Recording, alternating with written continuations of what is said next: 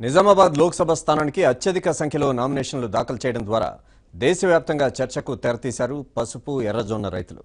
తమ డిమాండ్ బలంగా వినిపించేందుకు భారీ బహిరంగ సభ నిర్వహించబోతున్నారు.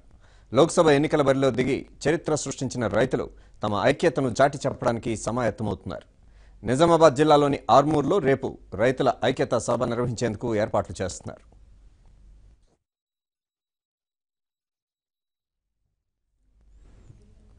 పసుపు ఎర్రజొన్నకు మద్దతు ధర ప్రకటించాలన్న డిమాండ్ను ప్రభుత్వం పట్టించుకోకపోవడంతో లోక్సభ ఎన్నికలను రైతన్నలు అస్త్రంగా ఎంచుకున్నారు. నిజామాబాద్ నుంచి 185 మంది అభ్యర్థులు పోటీలో ఉండగా వారిలో 176 మంది రైతులే కావడం విశేషం.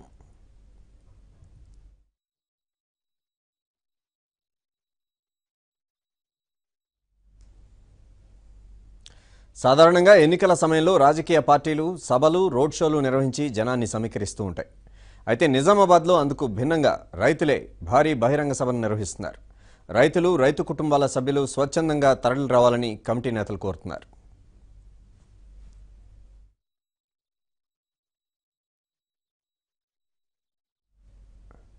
గ్రామ స్థాయిలో ఎక్కడికక్కడ రైతు సంఘాలు, కమిటీల ఆధ్వర్యంలో విస్తృతంగా ప్రచారం చేస్తున్నారు. అందుకు అనుగుణంగా వాహనాలను సమకూర్చుకుని ఆర్మూర్ సభకు వచ్చేందుకు రైతులు సమాయత్తమవుతున్నారు. ఆర్మూర్ మినీ స్టేడియంలో నిర్వహించే సభ రాజకీయాలకు అతీతమని, ఈ ఉద్యమం రాజకీయ పార్టీలకు, పాలకులకు వ్యతిరేకంగా జరుగుతుందని పసుపు ఎర్రజొన్నల కమిటీ నేతలు అంటున్నారు.